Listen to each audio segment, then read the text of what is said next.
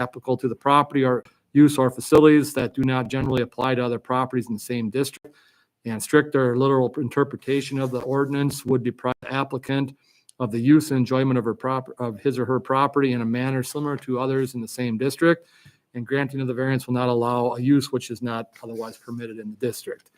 So with that being said, there's a couple things here to talk about. One that was just brought up before the meeting is the structure cannot be a pole construction type building. It does have to be like a stick build with foundation that typically would go through building code standards and things like that. We do have a condition in there talking about building materials, and this is out of the zoning ordinance, but it should be consistent with the principal structure and in character with the surrounding environment.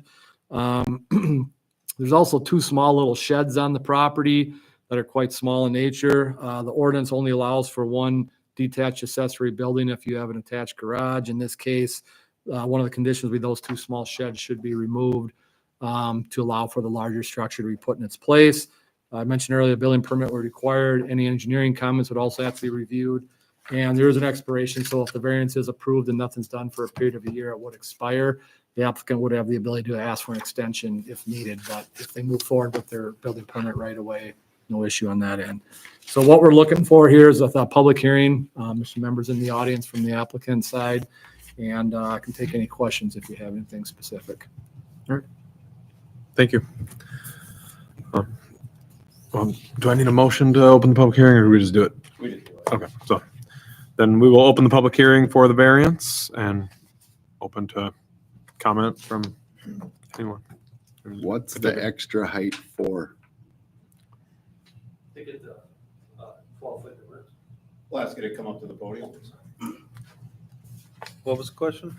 What's the extra height for? To get a 12-foot door, just for Can you state your name and address Matt for the Miller. record too for everyone? 104 Ridgeway Road.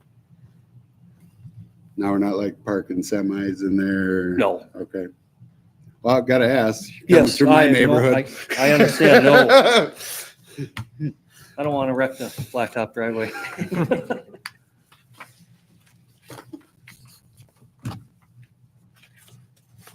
So, John, everything checks the boxes except for the height. That is correct. And then the pole construction design would not be allowed either. And that would be, tonight we're only dealing with the height variance. So when the building permit would come, he would have to have that, something that would meet standards for the city. So. And I would get that redone, yeah. I was gonna say, is that kind of what you had in mind or what you were thinking is? Yep, I didn't know that, so I'll get that redone, which is fine. Okay. Does it, my question is on that is, does it have to be siding or can it be tin? Or does it be It would have to be cited. Yeah. siding? Okay. Match To the match your structure. house. Yes, that same color. We have a stucco house, so Yeah, same color, same. we'd accept brick.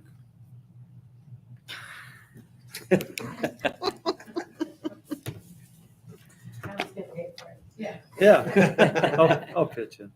You're going to do a driveway to it and everything else too. Yep, off the existing driveway that's there. I was just gonna keep just empty around. And I guess I didn't put that in the drawing. I guess I shouldn't be asking that question because it's not part of the variance tonight. Sorry. Just being nosy. Well, no, I mean, Kidding. I'm kidding. Yeah, no, it's Yeah. no, me for storage, old cars and such. I don't have a problem with the height. Yeah, I mean, are we voting on this tonight or Just to go to council. council? Okay. Well, we're still in the public hearing, so if there's no comment from Okay. public, you guys are the applicant. If no one is to comment, then we'll close the public hearing and then we can open it up for discussion. You guys got anything to add?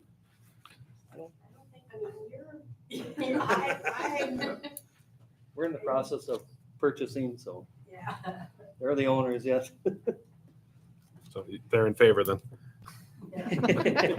Are you forced here against your will? Just kidding. Yeah. I had a gun to my head earlier, but other than that, no. Oh, boy. On the front of it, being on the front of the house, there's like a, what is that? So, Like a stone. Do you want me to put the stone on the front also, like a wainscoting stone? What would that be? I suppose, yeah, it would have to kind of go with the existing structure. Okay, that's fine. Yeah, I don't know. Oh, yeah, I mean, I was gonna it could say, be I'll make it any, look the same, so it's, I don't know, it needs to be like No. that much of a, Siding the same color, yeah. you know, Yeah. that'd be fine. I mean, it'd be different if it was seen. right, I was Yeah, gonna it's- say, I'd feel differently too if it was like, Right out you front. drove past it all the time, but I don't think anybody's gonna see this for like 30 years, so. Yeah, keep it simple. Sounds good. Any further discussion at all? All right, then I'll seek a motion to either approve, table, deny, or discuss. I'll make a motion to approve. I'll second it. All right, I have a motion and a second. All in favor, say aye. Aye. All opposed, nay. The motion passes. And this is a recommendation to the city council, and that meeting would be next Monday. That'd be the final. It is next Monday? 2 Mondays from Oh, I now. was gonna say, I didn't think I was 2 missing Mondays. one. July, have my dates wrong. Did I sorry. take off? It's July 14th. 3:00 this morning. Okay. do we, you want to come back up there? What's the Do we question? all have to be in there? No, you don't all have to be. Okay. Just in case they got something going on. Yeah. Thank you. Next on the agenda, we have zoning ordinance update discussion regarding the general regulations section. All right, give me just a second here. Here we go. Thank you. One I've been waiting for. Yeah. It looks so nice. I heard. I do. Thanks, guys. Yep, bye-bye. Thanks. Mhm. All right, so last couple meetings, we've gone through title application, administration, enforcement, performance standards. Now we're getting into general regulations, and we'll have a little bit more probably discussion on some of the items. And I've got a agenda for you, or not agenda, but table of contents for you. And you can see I've also included the balance of the zoning ordinance in there just to kind of see what's still coming. So I've got a list of the general regulations that we'll go through, and then the next month we'll also go through the balance of them. And some of those, and I think some tonight we'll have some different discussion on some things.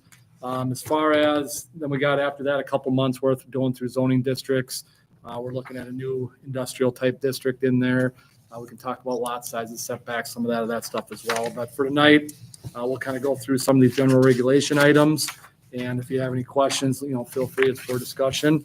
But we'll start with the non-conforming building structures and uses. And if you remember, anything that's underlined is new text.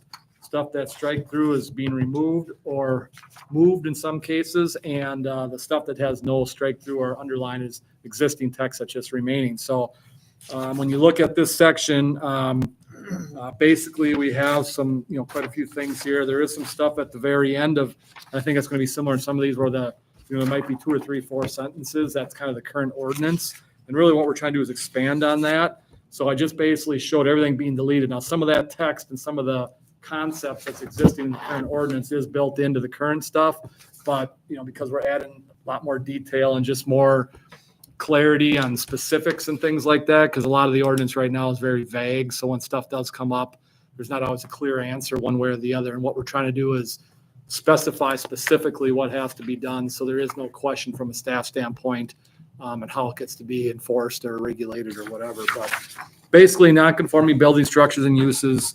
The purpose of this section is provide for the regulation of non-conforming building structures and uses and to specify those requirements, circumstances, and conditions which those uses will be operated and maintained.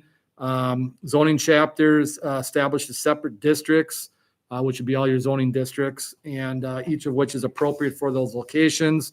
And it's necessary and consistent with the establishment of these districts that non-conforming building structure and uses are not be permitted to continue without restriction. And it's the intent of this section that non-conforming uses shall eventually be brought into conformity. So really what we're dealing with here is, if we have a zoning area and it's zoned for residential, but there may be a business in it, or it's a residential use in the downtown area, which we have some of those, they're technically non-conforming. And in most cases they're legal non-conforming. So they're allowed to, stay and maintain and things like that. But expansion and things of that nature is typically prohibited. So if they wanted to double the size of it for a residential structure, you really can't do that.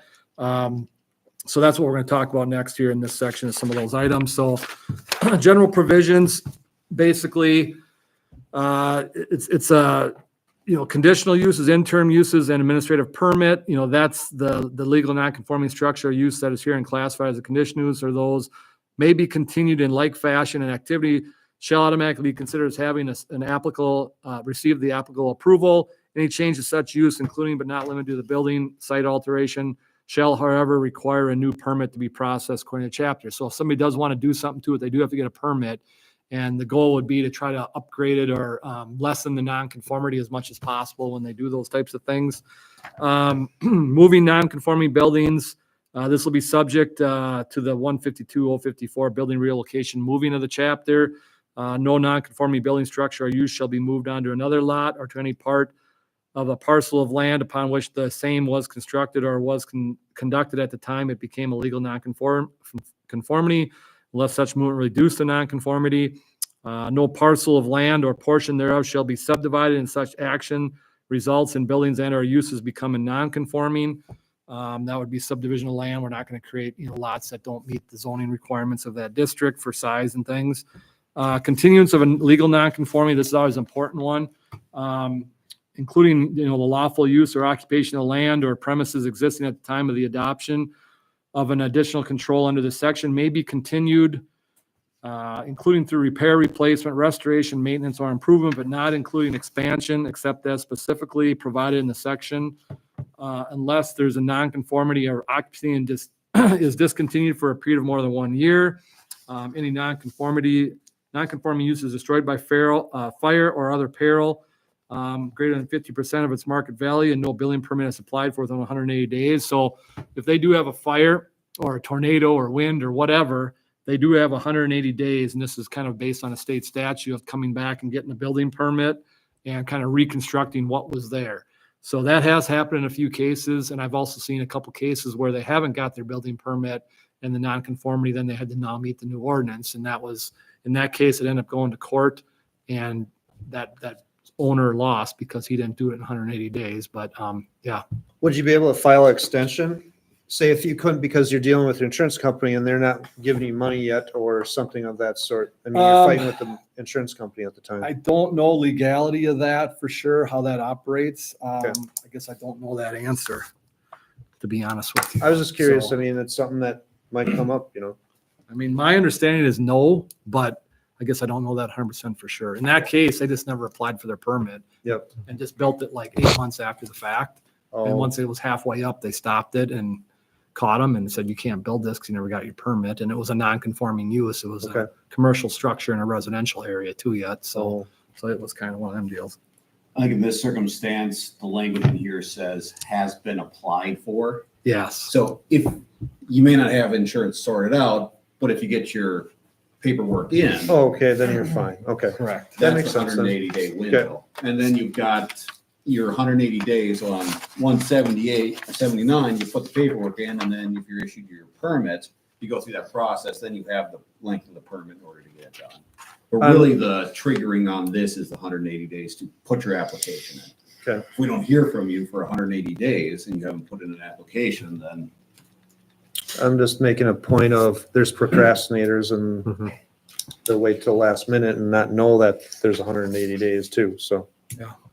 I mean, people don't do their due diligence like they should. So, Yeah. just making And this a is point. based off state statutes, so Yeah, we're just yeah. kind of following that, I guess. Yeah. So.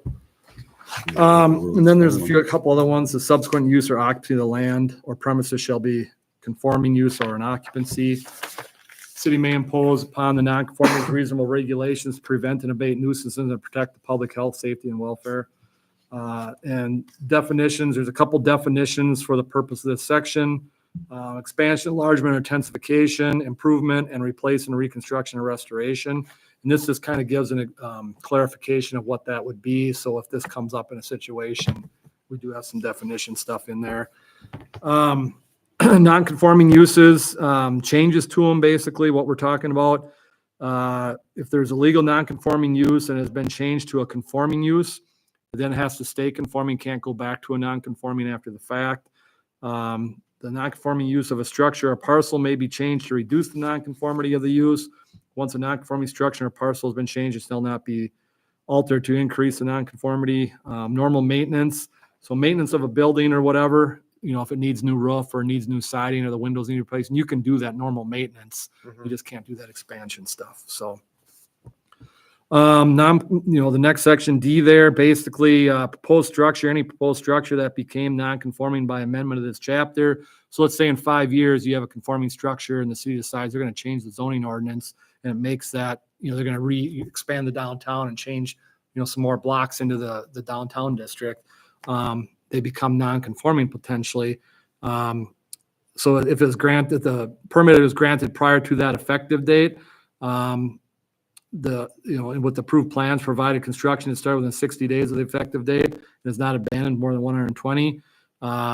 They're basically that can there be a legal non-conforming structure. So it just kind of gives a date if there's that window. Now that doesn't happen very often, but it could. So alterations and normal maintenance, to a legal non-conforming building or structure may be made through the building permit process.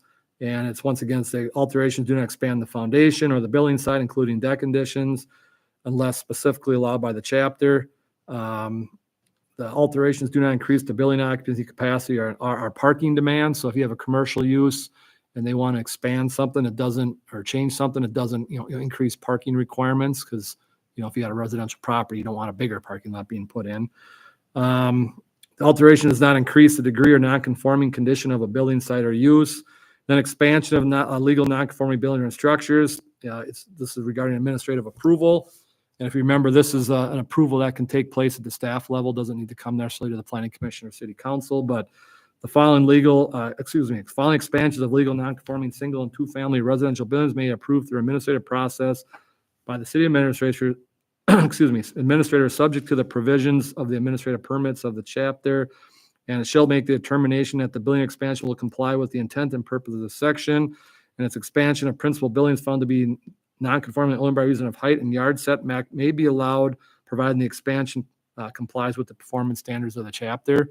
So if you have a house, for instance, that was built 50 years ago or 100 years ago, and the setback's 15 feet, and then now the current setback's 30, it's technically a non-conforming structure. But because the setback is there and it's a legal non-conforming use, they can have the ability to expand that if it's in the correct zoning and all that sort of thing, even though the setback or the existing setback may not meet it. So that's kind of what this is about.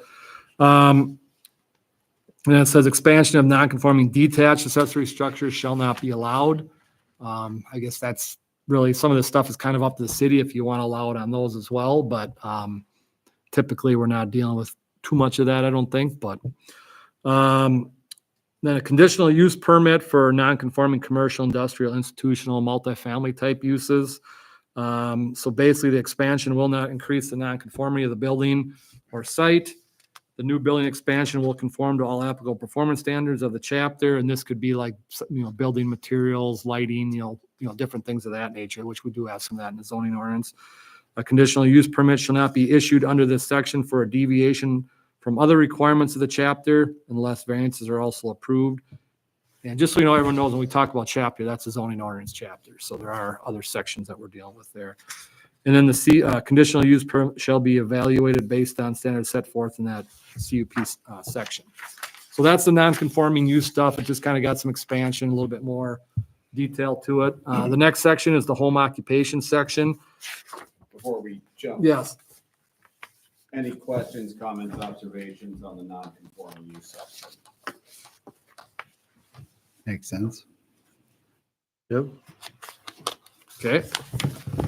So the home occupation section, this is for somebody that runs like a business out of their house or, their residence. And what we do have some language in there. It's fairly vague. It talks about a few things that are in there, but doesn't really do a lot of specifics. And basically, the purpose is to, maintain the integrity of these residential neighborhoods so we don't have home occupations that have 5 employees and, trucks coming all day long, delivering things, stuff of that nature, storage all over the place. So it kind of limits some of that stuff. There's an administrative permit is how these home occupations will be looked at. So, if it's a home occupation, they can go through that process, and then the city has a way to track where these things are, because they would be required to get that permit. The permit shall remain in full force and effect until such time there has been a change in conditions, or until such times the conditions have been breached. So, if they start, going against what their approval was and doing extra things and stuff, they can have that revoked potentially. The declaration of conditions, the city administrator may impose such conditions on the granting of an administrative permit as may be necessary to carry out these provisions. The effect of the permit, it's issued for 1 year, and it may be reissued for up to 3 years periods each. And that's where, after this starts going, the city is supposed to check on these things just to make sure they're in compliance.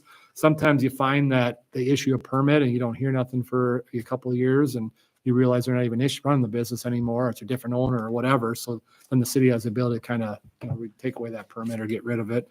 Like I said, it should be processed with the administrative permit thing. Transferability, they shall not run with the land and shall not be transferable. So for instance, in a conditional use permit, if they get an approval, that will run with the land. So if the change of ownership happens, the new owner still can use that conditional use permit. In this case, if somebody's running a business and they sell that house, the new person could potentially run it, but they have to get a whole new permit again because it's a new person, and so all that sort of stuff. So lapse of permit by non-use, I kind of just touched on this. So within 1 year after granting it and nothing has been initiated, this permit will become null and void. Kind of has a little bit more language about how that would work. Renewal of permits. They should not have the vested right to renew an administrative permit by having attained a previous permit. So if they move forward and there's violations, they don't have the right just to say, I get that permit again for that next 3-year period. They have to stay in compliance. And basically each renewal will be kind of taken into its own consideration, kind of like what we just talked about. General provisions, all home occupations shall comply with the following general provisions in accordance with the applicant or the applicable requirements, like the glare, noise, odor, things like that at the property. Can't have big lights shining on stuff. No equipment shall be used in the home occupation which create an electrical interference surrounding properties. Should be incidental to the residential use. So the principal use on this property is your residence or a home. So you got to be incidental. It can't be the primary use of the property. External alterations, no home occupation shall require internal or external alterations or involve construction features not customarily found in the dwelling. One thing that might be something where you go away is, if you have somebody that cuts hair out of their house, they might have a sink specifically for that. I don't think that's something different because you can have that in your house if you want. It's not like it's a building code issue or anything like that. But activities conducted within the principal dwelling shall be conducted entirely within the living quarters and may not be conducted in any portion of attached private garage or with an accessory building. So what we're saying is it should be in the house and they shouldn't be running out of a garage or something like that. Now, in reality, are there people that probably store stuff in the garage or shed? Probably. How big a deal that probably is? Probably not that big a deal, but we just want to prevent it and have language in there so we don't have that where they got, entire garages stacked with, equipment or, supplies or whatever. So there shall be no exterior storage of the stuff on the property. Needs to be in compliance with fire and building codes. Signs, there shall be no exterior display of signs, and this goes up to exceed 4 feet in area. So you can have a small little sign and that'd be it, basically 4 square feet. I've seen some people go with like 6 square feet. I think our current ordinance allows for the 4 right now, if I recall correctly. Hours shall be nothing conducted between 10 p.m. and 7 a.m. So it has to be, a daytime operation. They can have not more than 1 full-time employee and 2 part-time persons. So they can have somebody else work there, so if somebody runs like a home office or maybe like a accountant, they could have a secretary there that works, to help them out with paperwork and phone calls, things like that. Parking shall not create a parking demand in excess of what can be accommodated in the existing driveway or guest parking area. Then you've got some allowed home occupations, and they're limited to kind of what we have there. And this is kind of just a list of stuff. If there's something else you want to add or you want to take some of them out, we can. And this is the one thing that I've noticed before and it's come up in the past. There's really, in your current ordinance, you don't really have any specific home occupations listed. So what's to limit certain home occupations from being in there, and there was nothing really preventing that. So these are pretty typical stuff that you see in most communities. You know, you might see some other things that get added in there. I know one community that I dealt with in the past, they had taxidermy in there because they're kind of more of a rural community, and one guy did have a taxidermy business. He ran out of his house. So yeah. So basically, then inspection, the city has the right to inspect. So so that's kind of the home occupation section. Also has in there, they shall not involve any of the following, and that would be like repair, service, manufacturing, which requires equipment not normally found in a dwelling, service that consists of more than one pupil, a client, or customer at a time. Over-the-counter retail sales, so you don't want people coming in like a retail business at all hours of the day into a residential neighborhood and creating additional traffic, things like that. So, any questions on this home occupation section? The 12A, the ones, the included occupations, it is exhaustive. They are those, and it's only limited to those. That's what it says. So that's why I said if you got some other thoughts on this, and maybe there's something in town I'm not aware of that you guys. Dog boarding. Dog boarding. That's My like- neighbor has a dog boarding business that she runs out of her house. Okay. How many dogs at a time are they doing? I've seen as many as from 5 to 7. They're running a kennel, basically. Yeah, I'm running kennel. Yeah, kennels shouldn't be allowed in a residential neighborhood. Should daycares be listed? I'd say should daycares. Oh yeah, That's pretty I common. remember looking at talking or thinking about that. What I was don't it? have it in there, do I? I don't have it in there. Yeah, Liz for up north and brought her half. I remember looking at it and, okay, I'll make sure that. With daycares Home on, daycare, yeah. with daycares on there, would pupil be a vast enough word to cover? I gotta think now, that might be even a conditional use now. That's why it's not listed. I'm trying to remember. I'll double check on that. We'll make sure that gets covered one way or the other. Yeah, like electronic repair could be small appliance repair. Yep. You know, I know technically like a home office is to the point where, you know, could you include that? But I mean, so many people just have one office, so they work for themselves at home. And most people don't get a home occupation permit for that. Just because if I'm sitting there on a computer doing work versus looking at who knows what, is that really a business? You know what I'm saying? So there's kind of some gray areas in some of this stuff, but yeah, I just want to look at one thing. Yeah, daycare facilities are a permitted use in the R1 district. So they're not technically a home occupation. They're actually allowed directly through the district. So that's why I didn't have it in there. But I remember reading through that before when I wrote this up. So I just couldn't remember off the top of my head. So when you go back to saying one-person offices, those are just generally allowed? Generally allowed. That's Or just not yeah. So like an architect working out of his home? yeah, if the intent is not to have every person that does some work at an office in their house to get a home occupation permit. Because that's almost overkill because I mean, Yeah, I don't want any part of that. yeah, exactly. So that's why it's not listed, but it's not the intent to deny that either. So as long as they don't have people coming and going and things like that, it shouldn't be an issue. I'd like to have this language in there stating it to that effect.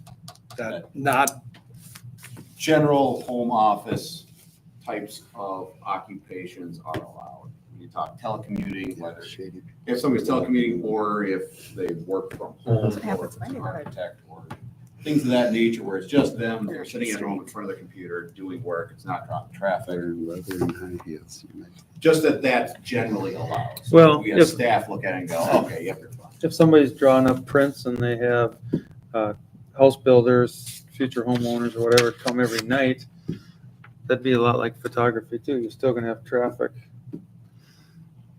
You yeah, see what I'm saying? It's like, I mean, if you're an architect and you have a customer come every other day or you're a general contractor or whatever, there's some foot traffic that's allowed. I mean, like, right? Yeah. That's what I'm trying to say. It's like, when is it too much? When Yeah, if they pull into the driveway, Yeah. that's fine. It's no different than a guest coming over. They're lined up around the block, then maybe. Yeah, There's 4 with cars on the flatbed street. trucks and enclosed All the fan time. bodies. And, I don't know who has all that. Yeah, I'll get some language about the home office We'll get to you. thing in there, that it's not meant to, permit that or, something of that nature, I guess, and thought maybe I had something in there, but I guess I don't, so. But yeah, it's always like if somebody comes up with, they got a special thing they want to do, they can always come in and ask for a text amendment too and add it to it or something of that nature. If Right. it makes sense, you can always look at that down the road too. I But just think around town, we have HVAC people who own their own businesses, Mm-hmm. plumbers. They office out of their home now. Yep. They go to places and do that. I want to make sure we're calling out. yeah, and I don't, the intent is not to regulate that type Right. of thing. I mean, I have a home office myself and I don't have a home. Yeah, now if you're a occupation. landscaper and you got 3 bobcats sitting in your driveway and stuff like that, it's different. Yeah. So. Okay, so if that's it, we'll move on to the next section. This is temporary structures and basically, it's a smaller section here, but the purpose is to provide for the erection of temporary structures, not including model homes, temporary real estate offices, needed for emergency. So if you have like a specific thing, kind of given the ability to do some things for for emergency purposes, temporary use during construction of a permanent structure. Sometimes you see when a building gets constructed, they may have a camper or something on the site, or not a camper, but like a trailer, not sales trailer, but like a Almost like a office trailer. shipping container. Yeah, so, technically that's a structure and it doesn't technically fit the code, but we're trying to give some language that allows that legally without having, somebody complain and say, oh, they got to remove that site, because legally, if you go by the code, yes, that was here, but this gives that ability. So basically it's allowing for these temporary structures shall be allowed in all zoning districts. Site plan review is required. So a site plan review does go through planning commission council. It's not a public hearing, but we do look at it at this level. And basically what it is more like a site plan where they show, here's the location, here's the setback. We may have lights on. If it is next to a residential area, you want to make sure we're not shining lights on people's houses in the night, things of that nature. Those types of things tend to get broken into because nobody's there, certain hours of the day. So you want to, they want to keep it lit, but yet you don't want to lighten up residential neighborhoods. So termination of the permit. So basically the permit shall expire 9 months from the date of issuance or within 30 days of the CO is issued for the building. So if they construct the structure and it's ready to go, they need to get the temporary structure off of there. Temporary structures may be placed in a required building setback area, so it doesn't need to necessarily meet the setback requirements because it's temporary in nature. So if you have a 30-foot setback, you could potentially put it on the side of the yard there to, get it out of the way of the rest of the site or whatever. Needs to be within 30 feet of public way or obstruct visibility of the street intersection. So we got to watch the visibility of it from that standpoint. Needs to make, state building code, provisions for water and sewer servicing shall be subject to the review of the approval of the building official. So depending on what we're dealing with here, does like a porta potty work or does it need to have temporary service, through the city system? I've seen that done before where they've hooked things up to water, just for a temporary nature. Security measures such as lighting, I kind of just talked about, just shall be, reviewed by the city. Parking shall meet the parking provisions of the chapter, and same with sign regulations. They have signs or parking that have to be dealt with. So that's kind of what we're talking about. And we're just basically trying to give some provisions there so that doesn't become an issue in the future. So the next one's essential services. And essential services are basically your electric, phone, cable, gas, fiber optic lines, different things of that nature. And this is basically giving some regulation to when those are installed, any new subdivision, the residential ones you see like this Coldwater Crossing and stuff. The developer has to, work with those companies and get electric, sewer, gas installed after the streets are built. And we need that for each of the residential lots. So here's, it's an administrative permit that they need to do. So the company would come to the city, get their permit, which is pretty standard procedures. And right now we have a little one, it says that one little sentence are subject to the provision of this chapter unless exempted by the provision of the chapter. These essential services are also subject to other ordinances. It doesn't really have any specifics. So we're just saying they need an administrative permit for a certain size. And there's also these huge transmission power lines. And we're trying to, in the 33, was that kilovolt, I think it is, and upwards, we don't want to be regulating that through the administrative. That goes through like the state, the real massive lines that go places and transmission lines. We don't want to get that kind of just a random thing. So we're trying to limit that from a size standpoint. We're trying to just keep this to the local, stuff for the individual properties or a little neighborhood or something like that. So those larger lines would go through a process. And letter D down there actually talks about it'll be through a conditional use permit. So if there's a transmission line, for instance, that comes through the city, they would have to get that conditional use permit, and that would go along contingent upon what the overall permitting of that transmission line, through the state or the county and everybody else. So at least it gives the ability to some oversight to at least, maybe regulate where it goes within the city. So you're not running right through a neighborhood versus maybe through an industrial commercial area, which is a little more compatible or, something of that nature. So Usually those electric transmission lines, when they're coming into small distribution areas like ours, they tend to be the 60 kilovolt variety, which fit a typical pole. But you get above that, and you start getting the bigger gargantuan poles.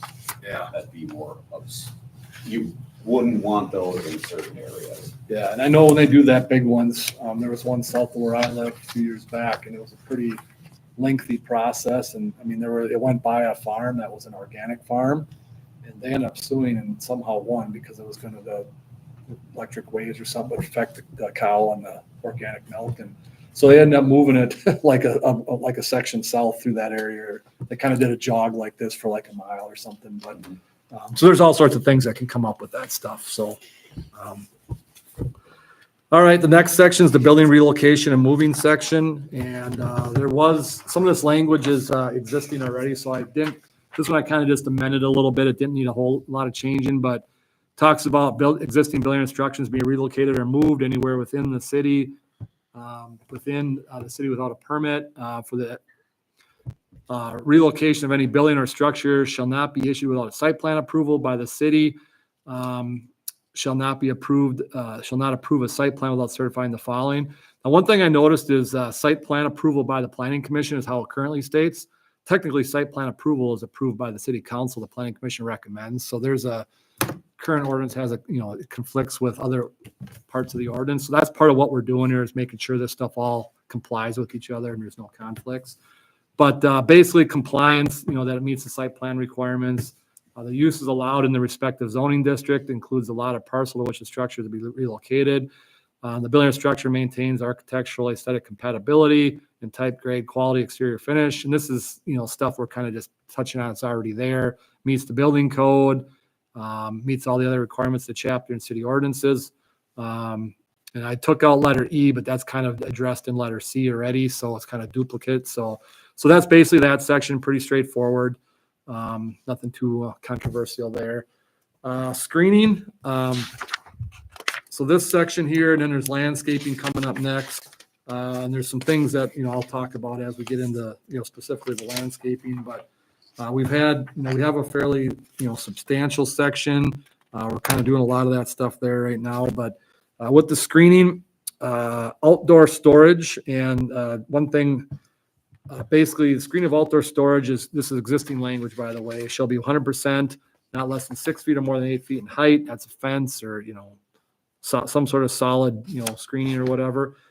And basically, the screen planting may be substitute for a screen wall or fence at the discretion. It was council. A lot of this has been kind of going to the city administrator. I don't know if you guys have any thoughts on it should be the council, but for a lot of that little stuff, if they want to switch out a fence, or a wall with a fence with a tree or something of that nature, does it need to go to the council every time? It's time consuming. I don't know if you guys have any thoughts. I mean, You want that all to go to council?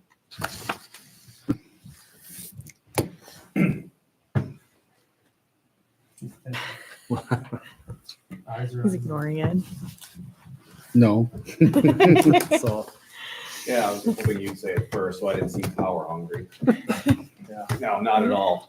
But the way I see it is if they're doing an opaque fence and they want to switch it to an opaque green belt type of thing, as long as you're meeting that intent, the intent is we want this to be blocked. We want this to be screened. So as long as you're achieving that within the confines of what we have here, then you allow staff to go, yep, that makes sense. It falls within the intent. We're not diverting from that. the intent of the ordinance. So, Typically, when people do that, they're actually kind of upgrading the appearance in a lot of cases. I've seen, I know of like a brick wall going in right now, which, why would they do it? But it's not cheap, and it's, it's pretty big, and it's expensive, and it's really nice. So, which in this case, they would have to technically get that approval, but it's, like I said, it's an upgrade from what could have been there. So then letter B, commercial industrial screening. I also added institutional on there. That's one thing I noticed a lot of here, the institutional kind of got left out. We got Mayor Lutheran and, the school and church stuff over here. So that's technically institutional uses. City uses are that as well.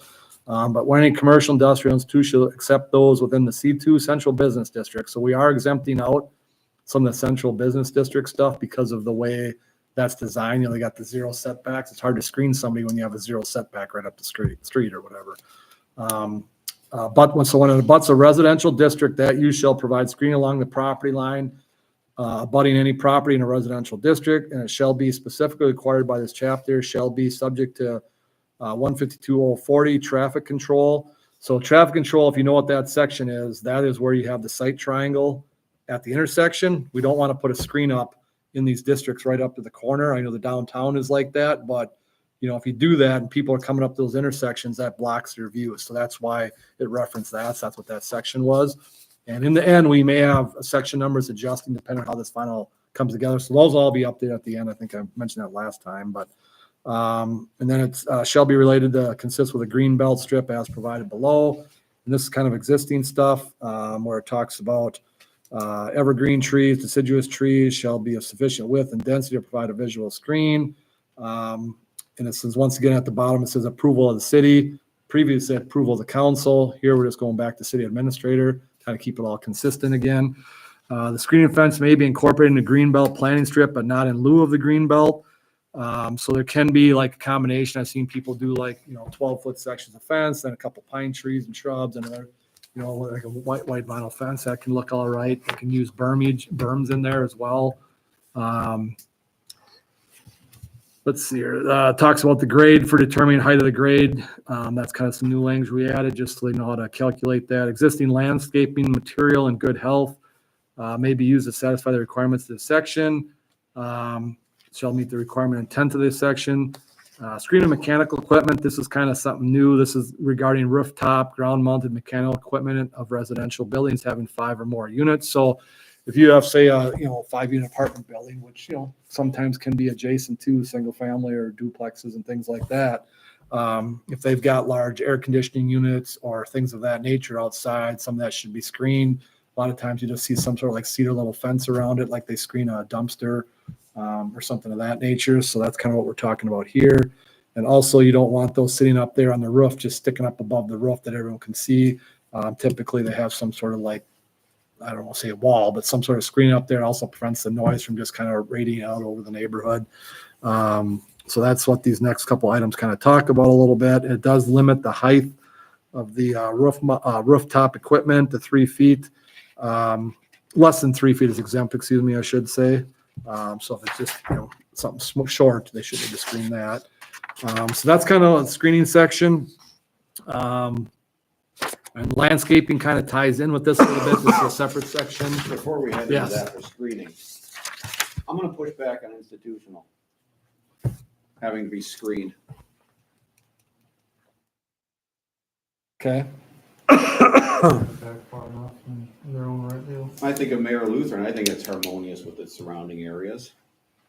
Unless you live in that area. Would you disagree on that count? No, I mean, the football games get a little loud, but there ain't nothing you can do about that. Quiet. I even think about the city and our uses as if we would be public, not institutional. Well, it's institutional is public, semi-public, which is, schools, city, churches. I think Mayor Lutheran's back far enough that they don't really cause any problems. What about, let me throw this out there though, kind of devil's advocate, they've got the parking on the kind of the west and south side. What if you got people directly across the street and they're pulling in all hours of the night during, winter basketball games, whatever, and their lights are shining right across the street in the people's. Well, I mean, the like Fifth Street apartments and all those houses, next to the football stadium get that all night long. Yeah.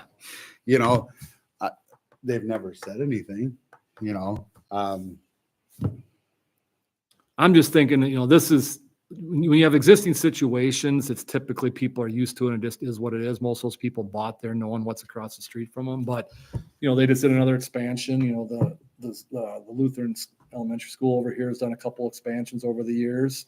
And Yeah, we told Zion they had to screen, right? yeah, they put a fence up along that west property line with the one neighbor. And if we take this screening out, that fence isn't required. We don't have to, they don't have to do it if they don't legally want to. So it's up to you guys. But there are cases where that could come up. I don't know if we want to exempt out some certain things or. That's where I'm getting at is I put in a city park. That's an institutional use. By code, we have to screen it. So, yeah, just trying to think here real quick. If institutional buildings are such a distance from a residential use, screening isn't required. Yeah, that fence that signed it was kind of a property, Yeah. residential versus the line, or this is in its own. I mean, you got the city could put, a park, they could add a ball field with big lights. Do you want that right in your backyard every night too? I mean, I don't know. I'm just, Yeah, but a 6-foot fence ain't gonna do no, anything. no, not on that, but I'm just, yeah, so I don't know. I mean, I get what you're saying on the. And frankly, most towns, their big ball field with lights is in residential area. Yeah. I mean, I can't think of one around us that's not. Well, the winter Realistically. hockey rinks too are right in these old Yeah. neighborhood parks all over the place, and they got lights at nighttime. I don't think people have much problem with it most of the time. No. But I do think there are circumstances, and I'll jump back in on John. Yeah. Fence, where you might have a situation like this, where you're going to have very close proximity where you might want some screening in between there. That fence made sense. Right, Yeah. absolutely. Like I said, that's kind of a zoning screening. We build let's say these fields don't exist and it's blank land. We build these fields, or we acquire this land and build these fields. You're telling me I gotta put screening all the way around this or around here to No. People would rather see across that Right. Mhm. than a golf course. I'd also bet though, if those houses were there and you're building these fields after the fact and you're putting lights up, they would be complaining too, those people would, True. because it was something new. Mhm. But if it's been existing and they moved in there with it there, it is what it is. Right. So that's the way the world kind of works. Whenever something new comes along, it's an issue. I got something. Yeah. Do we, oh, go ahead. This is really nitpicky, but on C for screening, you drop down one line, it says 5 units.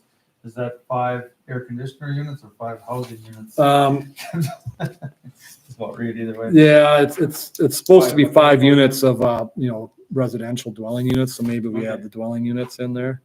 Yeah, 'cause it could be, the way I'm trying to read it over and over, is it mechanical units or is it residential units? Mechanical units on the roof, Yeah, so what we're trying to do is, I think there's one on Fifth Street that's got like 4 units in it next to, across from the school there. That's 4. Do we really want to screen that from the neighborhood? Probably not, but 5, you're starting to kind of get to that next level. 'Cause typically they do the single, the duplex, the triplex, and the quad. Anything bigger than that, so. I thought this was just a mechanical equipment. You're kind of talking about screening the whole property. Well, I think what it's saying is all rooftop and ground mounted mechanical equipment of residential buildings having 5 units or more. I think what that's saying is resident with 5 dwelling units or more. And it's talking about the rooftop or ground mounted mechanical equipment of those buildings. Because sometimes they'll have, house will have an air conditioner unit and all this different stuff. When they start getting bigger, sometimes they have one large, a cooling unit for all the structures and it Yeah. kind of runs the whole building. Yeah, like on a strip mall, you may just have like fencing up on the Correct. on the roof. Correct. So, yeah, okay, but, So I'll add that dwelling units so it's clear. yeah, because the headline is screening of the mechanical equipment on rooftops. So I just don't think it's with screening the property. Yeah, it's not screening the property, it'd just be the rooftop. Yeah. Or the ground unit, when it's large enough. Let me ask this, what about screening if it's adjacent to it, but if it's across the street? Not. So like Zion would have been adjacent, but Lutheran's across the street, so it wouldn't require it. Yeah, so then put a footage on it saying that. I mean, So I know some cities I've seen that have that screening requirement, and it's like the roads is busy, one of the busier roads in town. They got a screen across for the residential uses, but those residential uses got the traffic going by them. It's like, what's the point, Yeah. Mhm. So I don't know. I'm just throwing an idea out there, I guess. I think that still won't solve if you're saying like a park right in the, I think, yeah, recreational facilities should be exempted out.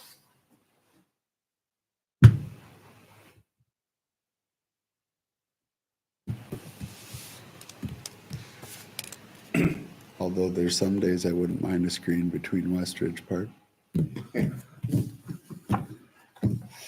More of a sound barrier. But yeah, more of a sound barrier than a screen.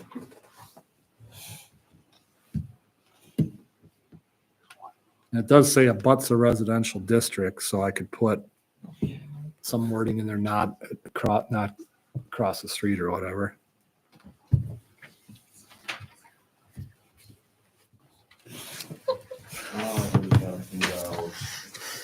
We're up here. Yeah, we're up. All right, we're on land. Landscaping. Your guys' thoughts? Because right now, commercial industrial uses require it currently. And I kind of added some of that institutional stuff in. Because I know we've had some of that in the last, however many years. I think of. Well, we can kind of take it by a case basis, right? Yeah, well- We have to write that in. We'd have to write it in. Yeah, but if somebody wants to do something just like this shed, okay, you have to have what you want. well, so with Westridge, and you have those houses right there, and kids were going through their yards all the time. If someone came in, can you put some arborvitaes or something there, a fence or whatever, to prevent kids just going through my yard all the time? I mean, that's a case by case. I mean, when you say put it in, who would put it in, the city or? Well, Well, that's also criminal activity. Yeah. Yeah. yeah, but they're That's little what- kids. They don't know any better. I know. That, I guess, gets back to how much government regulation do you want and how much Yeah. individual. Yeah, I'm responsibility just is on throwing it out, parents to yeah. handle their kids. Yeah. Me personally, I wouldn't want, if I live next to a park, it's just me personally. I don't want a 6-foot wall in front of it or a bunch of this because I live next to a park, I want to see it. If kids Yep. are running in my yard, I'm gonna go find the parents and tell them to keep the kids off my lawn. As much of an old man as that makes me sound. Yep. It's kind of like if your neighbor's dog is in your yard. Go have a yeah, conversation and with your You're gonna neighbor. go have a conversation with your neighbor. Yeah. Now, if you as a property owner would like to put up a fence, that would be perfectly fine because that's our fencing regulation. Whether it's 2 foot with a bush behind it to keep kids off or up to whatever you want. Yeah. 6 feet or something. I guess the next example I'm thinking of is when we get to the 9th edition here, I fully expect that we'll have a city park in this ish area as part of that, because we're lacking a park within good distance of the west side of Coldwater. We won't, because that's preliminary plat approved and there was no park. Well, there wasn't. Yeah, and it's still valid preliminary plat. Oh, this poor So cold park, if you look at the overall preliminary plat, Maybe as a friend. there's a park kind of in this north area that would have a trail connection. And then long-term, there was, okay, here we go. So this would be the next edition of Coldwater Crossing, the 9th, which is owned by Loomis. This road would extend to the north and you can kind of see there's a line right there. Mhm. That would be this cul-de-sac. This road would extend up and become 7th. I don't know if you can get that whole area. Yeah, there we go. So this road would extend up and connect into 7th. Yep. And if I remember right, there might have been a cul-de-sac here too. Yeah. And there's a pond area that will be expanded, which is on Jude Lagoo's property. City has easements over that, so that's existing. And then there was some open space through here that would be kind of like a, I don't want to call it true active park, but there'd be a trail connection that was to snake through all the way back over to this end of the side. And a bigger park over in this area was looked at because you already got this park here. We didn't want something so close. It was looked at to have a bigger park over on the west side. Okay. So that, like I said, not all that's 100% in stone, but this phase and then what Jude still owns up here is technically under preliminary plat approved. This area back in here, there is no preliminary plat, so anything that would come forward on this area would have to go through that process, and you could take the parkland at that point. And we also were going to add a road connection somewhere along here because he now owns all this as well. And this park may end up being a part of this wooded area. I think the floodplain kind of comes through something like up in this area. I don't know the exact boundary. So, you know, a park makes sense here. Yeah, there you go. Cuts through like right there. So, you know, somewhere an extension in here and then snakes back out to 30 was what the thought process is, all developable land basically. And so, yeah. I just say if the park were up here, with this enacted, we would have to fully screen that park away from that residential area. Yeah, I think we need to exempt out. So I don't know if I call it park institutional though. What is city land classified as? Well, it's not land, it's structures. You know, it's meant to be talking about commercial, industrial uses, institutional uses. I don't know if Do maybe. we have an institutional definition in our? I was just looking at it, we do not. So I just looked that up a second ago. So If it's exempted out, that's fine. I see the word use and parks as Yeah. an institutional use of a property. and we have the ability to add that definition. You know, we're at this stage, so. Yeah, I just But- want to accidentally hamstring ourselves. Yeah, and one other thing we looked at, you can kind of see where this would be a cul-de-sac. And, you know, this would kind of come through this area. There'd be a little floodplain work that was looked at that could work, and there's some usable land there. But if this would be, you know, developed and then have a trail system that would cut through all, you know, where it would go exactly, I'm not sure. It was thought if it was over in this area, you could tie this into this other area up along the river that's in floodplain. A lot of it's upland, but it's floodplain. You could tie that whole that park into a bigger, more open space, natural area as well. And if you look at our comprehensive plan, there's actually considered like, I don't want to call it a regional trail, but like a city trail that would come through this area and then eventually tie into 30 down there and somewhere along this river all the way through there. So that was looked at in the comp process. What was that, about 6 years ago or whatever that was? So there's some thought there on that neighborhood. So, all right, back to what we were talking about. That's all, Yeah. that's all the dead horse beating. He did. Well, I'll come up with a definition. We'll make sure we get that language right and exempt out, you know, recreational park facilities. And I'll have to think about that because a recreational facility could also be, you know, like a stadium or, you know, a large hockey rink or, you know, there's all sorts of recreational facilities that come into play. So we got to make sure we're careful on that we're screening the things we want to screen and Yeah. allow the things we don't want to screen to be okay. Put up a community center. And once again, it comes back, you know, a lot of this is going to add, you know, more regulation. That to me, a lot of it's more clarity because like over the years, there's been a lot of stuff that comes up, but we don't really have an ordinance that addresses it specifically. And we're trying to get language in there to address it, but if you have it, it's easy to follow, but you want to make sure you do it right. And I'll almost put money on it that, you know, if we've approved this as a city, a year or two later, something's going to come up and we're going to say, oh, God, we should have done it that way. And we'll have to amend one or two things. I've done a couple of these over the years, and you always come up with a few things within a couple of years of it that you thought it was great when you did it, but then you realize in a real world application, it maybe didn't work exactly how you thought. And it's not a big deal to do that. It takes a little time and stuff, but okay, well, that's the screening section. We'll move on to the landscaping here. So we got a few pages to go with some of this stuff, but landscaping, this is basically looking at what's going to be required and what isn't going to be required. So we got some additional stuff in here. And basically what we're looking at is, you know, there's some language that exists about within wooded areas, development may be permitted, you know, so they can come out, you know, on some of these properties like that piece, you know, north of the wastewater treatment ponds, all that woods. they could potentially come in there and clear cut that. We don't really have tree preservation wording in there, and this is one thing I want to discuss tonight. I put some stuff in there based on, what the plantings should be, but does the city truly want to regulate tree clearing to an extent of if they clear cut that whole site? It's got wording in there that, it may be permitted as far as practical, but retention of these areas shall be encouraged and incorporated. Well, it doesn't really have a specific. They can kind of do what they want, and if they don't want to do it, there's nothing you can really do to stop them as long as their zoning meets what it meets. If they're doing a plan unit development, now you have some leverage to get that requirement, but they come under a straight zoning district, so you don't really have much leverage, and they could do what they want to do. How much is it gonna hinder a developer to buy that land or do something with the land if there's a regulation saying you can't clear cut it? I mean, it depends on what you guys would put in there and what the requirement is. So for instance, a lot of cities have tree preservation. You go out there, you do a tree inventory. To inventory that site, that's probably, 15, 20 acres of woods back there, 15 acres of woods, something like that. You're probably looking at 10, 12 grand to do the tree inventory, maybe 14 in today's world on that site that big. Okay.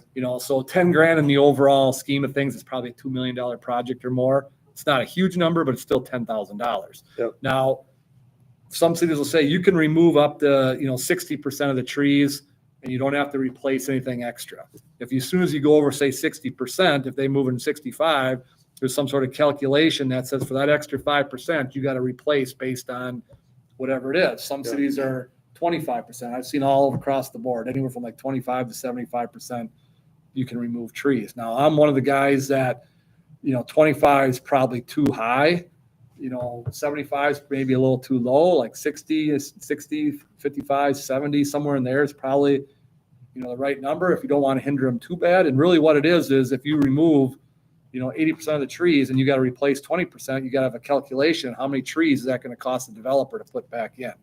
Is it a 1 inch to 1 inch tree? So if they replace or they remove, 200 inches of trees and you got 2.5 inch trees you're putting in, what is that? 20, 25 trees, that'd be 50 trees. Well, 50 trees times $400 or $500 a piece, it adds up. It's a cost.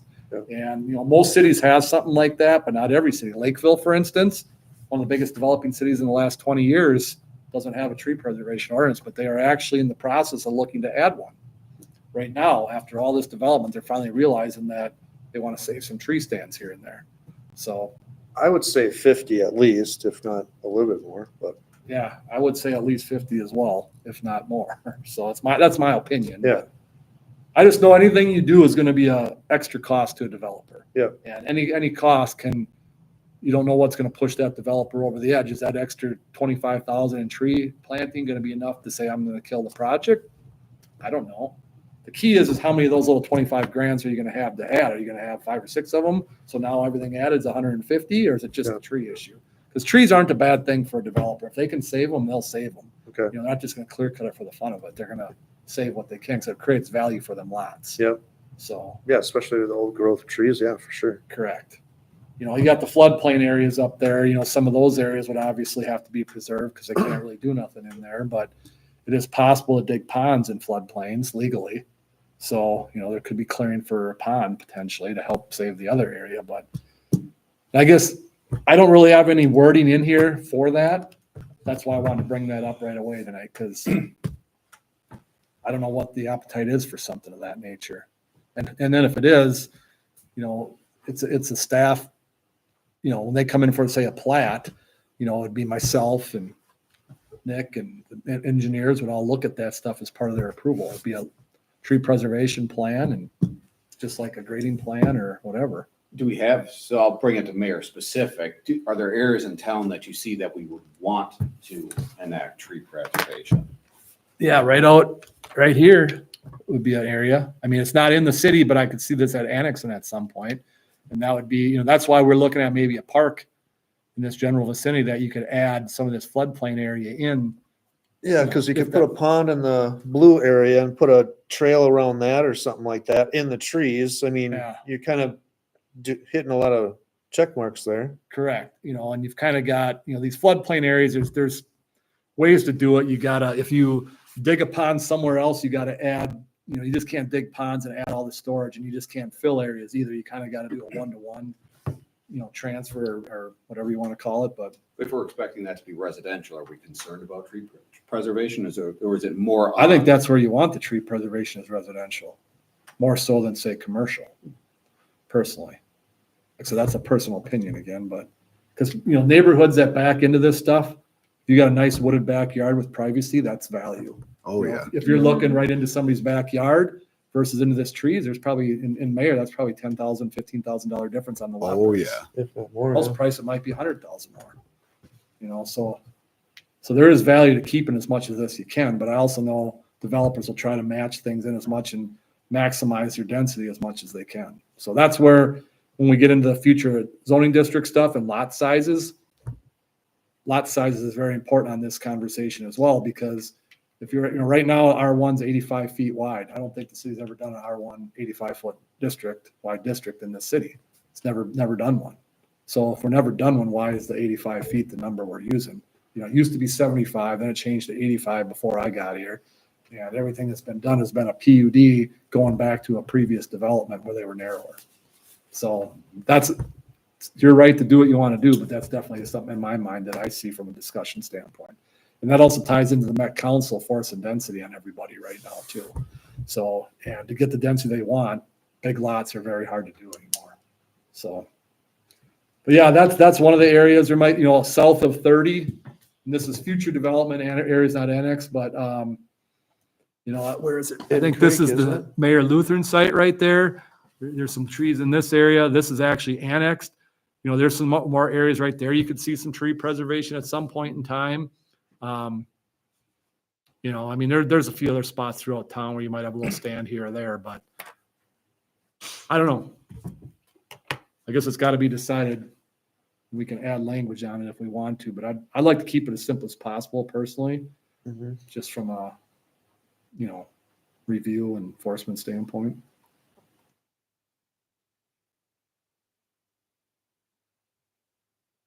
Like I said, I'm 50 or 55% then. So we should add some of that. I don't have the language in there now. We but- take a vote on it, or I don't know what we need to do. Was this somewhere we could look at just a neighboring, I know Watertown's got tree preservation. I know I worked in Montrose, they have tree preservation where it's replaced at a certain caliper. Yeah. inches and- So everyone's a little different. For instance, I know Cottage Grove has one, and it's so extreme that literally they're making people plant, on a regular lot, like 6-7 trees, and a lot that's already got some trees in the backyard that were existing. And the people, as soon as the developer plants them, they go out and cut them down like the next day because they don't want them. And it's almost forced them to have no yard space.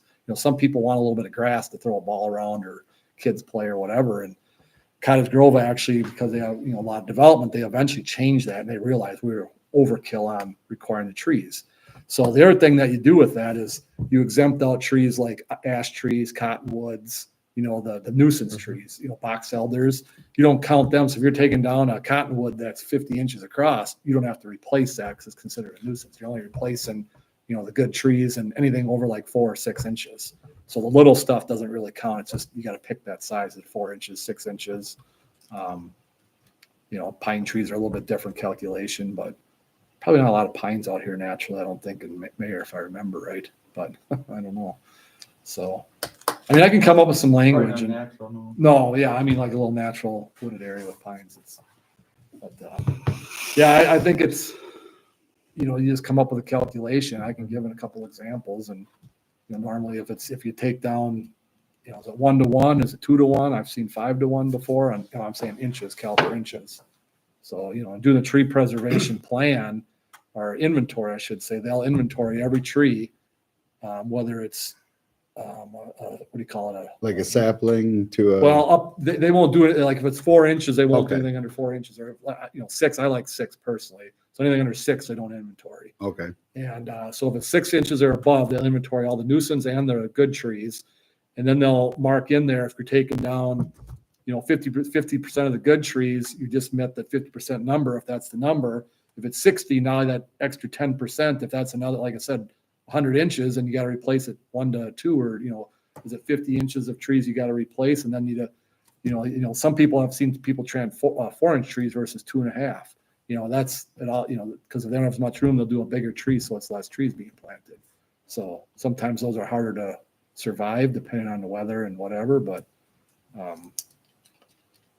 Yeah, and like I said, you may not even want to preserve, I mean, you can just leave it alone as is, because that's what it is right now, and just not have that requirement. I think it'd be nice. I agree. I think it'd be a value to town, It just preserving the depends. trees. Like I said, anything, all this type of stuff does, I don't want to say hinder, but it does add cost for a developer, which, you know, when you're trying to lure a developer into town and do development, which I know we've talked to a few people, developers are looking for the easiest way possible. So, Let me swing it another direction. I'm not saying it's a good one. If we have specific areas of town that we want to preserve the trees because we like that wooded area, do you simply zone that something where it cannot be developed? It is a tree preserve where you not having all this replacement, this and that, and I would recommend against that. Yeah, I think you're tying it down. Yeah, you're kind of, it's almost like an undue taking or what do they call it, unfair taking.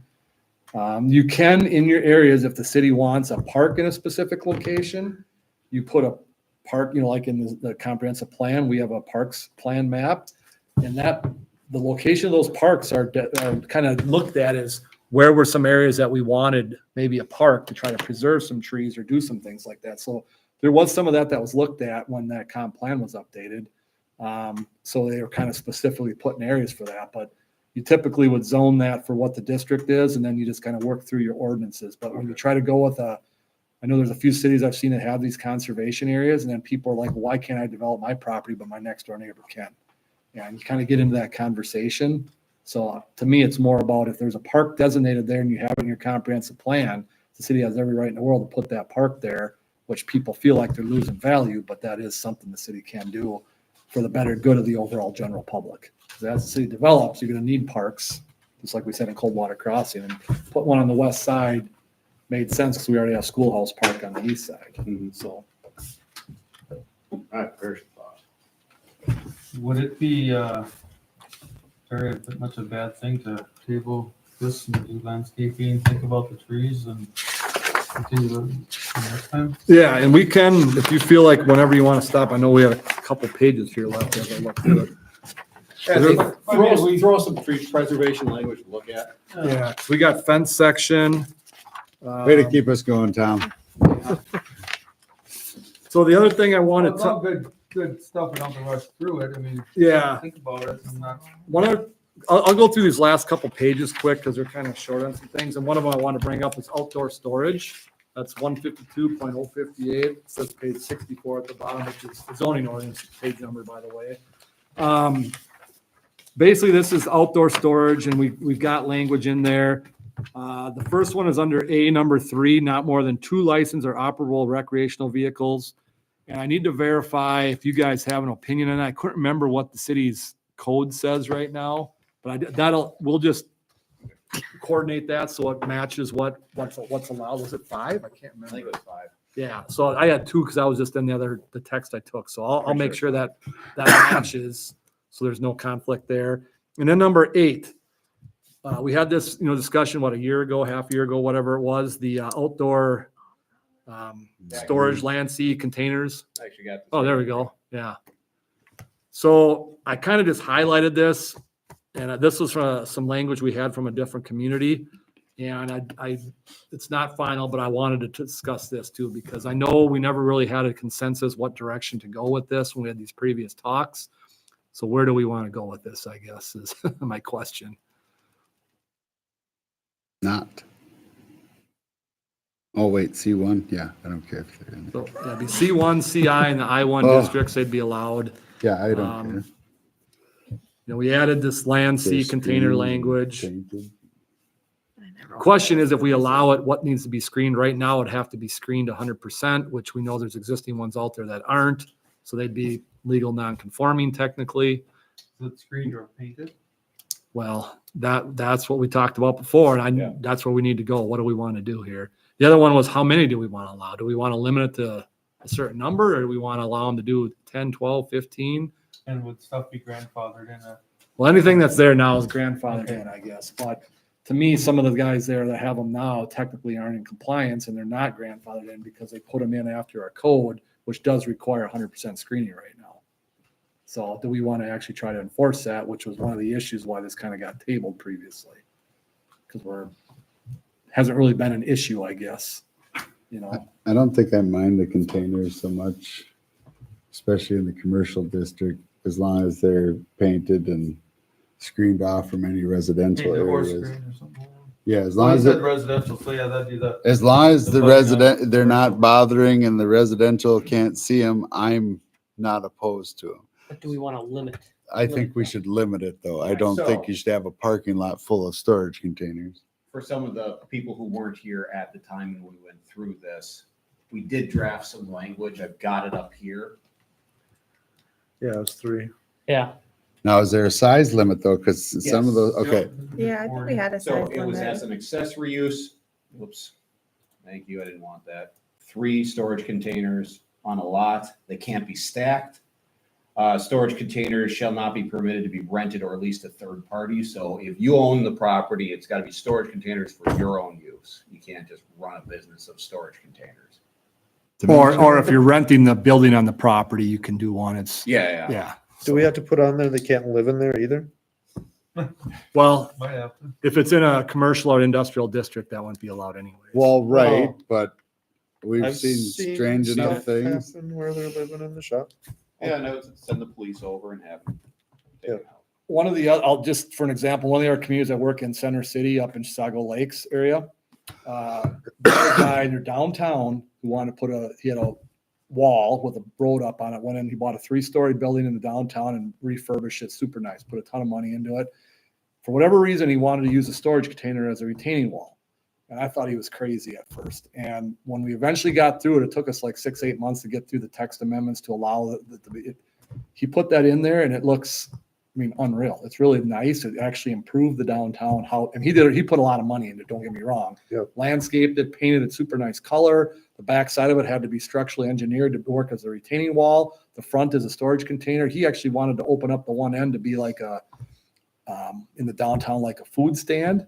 Oh, They didn't allow that because of the building code, stuff or whatever, but with the restaurant stuff. But, so it can be done because I've just seen this happen just last fall and he finished it. It's just last year that went down and, so living in it, I can see if somebody did it right. Now he had to meet all the building code stuff, which Yeah. he did. And but it is, I mean, it is commercial, so you're not supposed to live in it, but but to me, it would have been cheaper just to build like a retaining wall with boulders and put a little building in there. It would have been cheaper that Yeah. way than what he did, but Yeah. whatever, I guess. So, but yeah, so painted or screen. And then this language here actually said they shall not be in the required front yard setback or the required side yard setback area abutting a residential district, meaning they could potentially be in the rear yard abutting a residential district. This, like I said, this is from a different community, but, I know before we talked about they couldn't come forward in the building. If the building was set back 100 feet, it's still to be back by the building. It couldn't be, even though the front yard's in front of it. So. I'm The only thinking- place we'd have to really contend with that right now would be Ash South, the little section of houses that abut to Shimcor. Yeah. Yeah, that'd be one. I guess going back, hitting on this, the dimensions you had asked about. Yep. That's on number 4. Shall not exceed 40 feet in length, 8.5 feet width, and 10 feet in height, and that's typical size of a container. The location, storage containers shall meet all accessory building setback requirements and shall only be located in the rear yard or in the side yard of the lot. And this, we had some conversations on this because the great example was R&V. Up there, yeah. Given the shape of its lot, because it says, well, put it in your rear yard. Put it in the rear yard. Well, they don't have one. So what would be acceptable in this sort of situation for an R&V type of property? Right next to the building. So the discussion was side yard, but no further forward than the building itself. Yeah. Right So you could put it here. here Couldn't and be to, up in front of here. right. It couldn't necessarily be out in front here because we could. That's front yard. but all the lot to the left or to the west of the building could be. Correct. Because the original thought was only put it in the rear. Right. we hadn't discussed side, but then when we started looking at mayor-specific properties, well, some of these then could not have. So could they run one perpendicular to the back of the building? your Between the Yeah. building right there. Yeah. It would have to meet setback requirements because it's an accessory structure. I don't think it would meet setback requirements there. Now you see the guy to the left over there too. He has, what is it, 3 or 4 of them or whatever there too. Yeah, Rick Moe has had those for, I think it's 2 basically. 2 of them, 2 yeah. storage trailers. You know, and he kind of encroaches into that side yard a little bit, and that's where that was brought up as well, you know, which, that's why the side yard discussion came about, which I think when I looked at some other communities here recently, most of them do allow some sort of side yard Mhm. placement depending on, you know, a little different in every city, but. So my guess is if we want to regulate these, we can kind of go back and take that language, which is up there, and insert this into this section. Because it was something we definitely talked about recently in, you know, in the last year. Yeah, I'm fine with the I'm good with screening, that. the painting, and the size, and the limit of 3. That should be just, Now, the screening, I think, or excuse me, the painting was only, you could paint without screening. So if you Yeah, don't want to in screen, you lieu can of paint it. yeah. In lieu? Yeah. If the container, the idea was if the container was matching in color to the principal structure, so it blended more in with it, so you didn't have some rusted out. Oh, we have those provisions in there. But you didn't have a purple container next to this. So if we would allow you to not have to screen it, if it matched the principal structure, it blended in with the principal structure, so it wasn't some eyesore out there. And Got that, it. and that one in Center City, he painted it black with like a copper trim on like the hinges and stuff, and you wouldn't need to screen that. It looked perfectly fine. And it's right in their downtown busy area where there's restaurants and stuff all around. okay, I'm fine with either or then, If it's done right. I'm if it's saying. done right, yes. Right. So you have to make sure it's done right. Not somebody out there with a freaking rattle can. Yeah. We need Yep, one strip at a time. Right. a lot of Krylon. Okay, so that's one of the things I wanted to bring up. So that's kind of the outdoor storage section. You know, we just kind of left a lot of it alone. I think I added a little bit of language about semi-tractor trailers, you know, in the industrial area. This is, so the I-1, that's the future industrial. We don't have that right now. So we have some there, clothesline poles and wire and play equipment are kind of exempt. And what we're saying is those items are exempt. So, but it has regulations regulating those items. So it's not prohibiting them to outdoor storage. So lot provisions, maybe I'll just go through these last couple pages here real quick. So there's not a ton to them. The lot provision section, we're not really changing much there. That's kind of a existing section there. We kind of just left that alone. Public property rights of way. You know, basically this is, we had a 1-sentence thing in there right now. We added some stuff about coverage, liability, things of that. So basically it's, you know, we don't want things in the right of way, but there's some exceptions like a newsstand, you know, mailboxes, you know, essential services, which is what we talked about earlier. Certain signs, if it's like a sign in the downtown district, you can put like them, you know, stuff there because it's right up against the public right of way. So there's some things on that end, you know, liability, stuff like that. And then what's this next section here? This next section, I think, was the last one. It's just general yard and lot regulations. So really, a lot of this was from other areas, like we got the high water elevation, groundwater elevation, building height stuff. And what this does, it puts regulations in for new development. So you got to be 3 feet above groundwater. So we're not building houses with basements and they're flooding every single day. You know, we got to be 3 feet above the highest known water level from a, you know, pond or a wetland or the river or whatever. The height, we just kind of did some specifics on height. Regulate that. We actually added that little table in to kind of show how it's being calculated.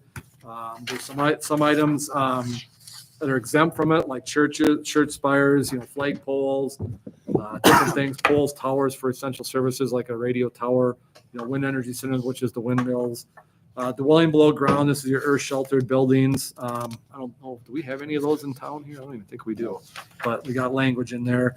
Land slope, you can't build on 18% or steeper, you know, on a house standpoint. I don't think we have that in town either, if I'm not mistaken, but existing language. So yards, this would be like your encroachment into yards. So basically, when you look at the exceptions, you know, cantilever on a 2-foot cantilever, Those are typically exempted out on some of this stuff because it's not part of the foundation.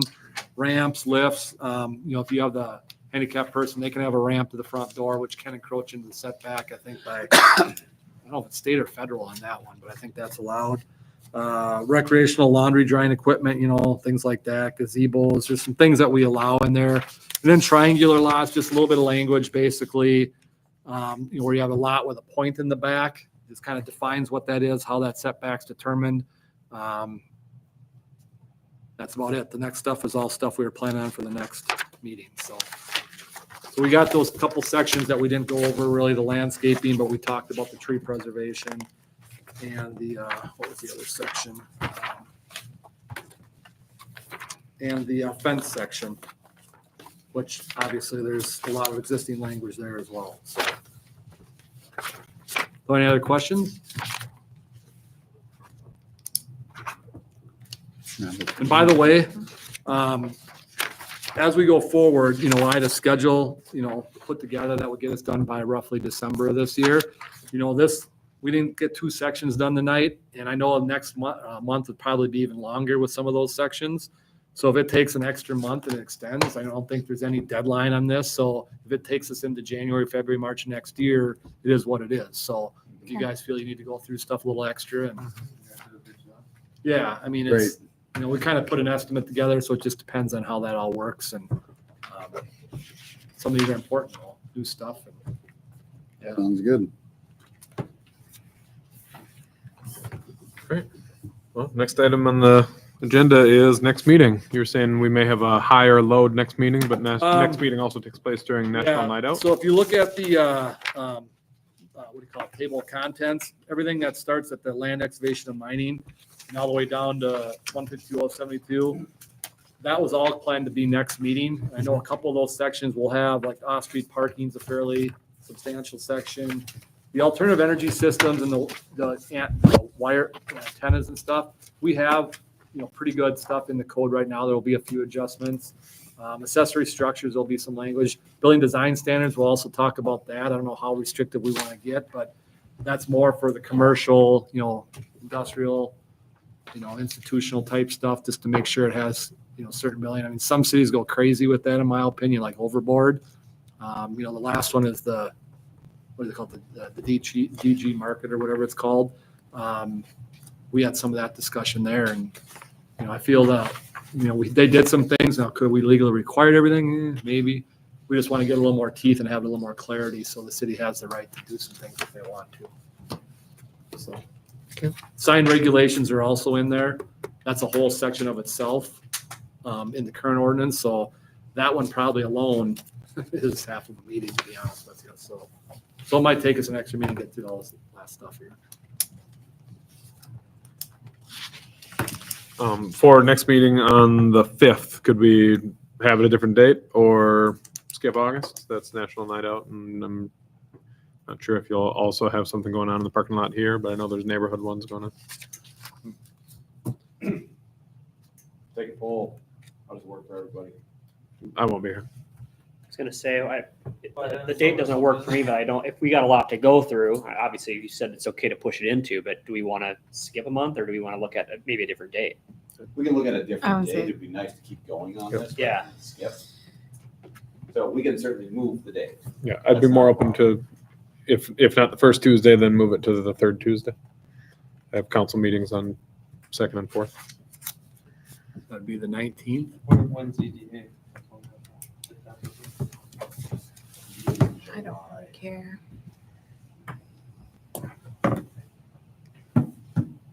I'll shoot out an email to Okay. everybody. We don't have to do it right now. We'll coordinate that next day. And then commissioners report. Does anyone have anything to report?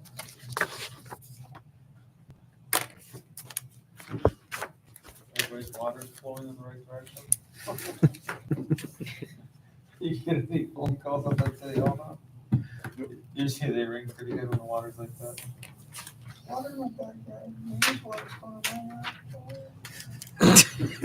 Took my rake and Was went. that a motion to adjourn?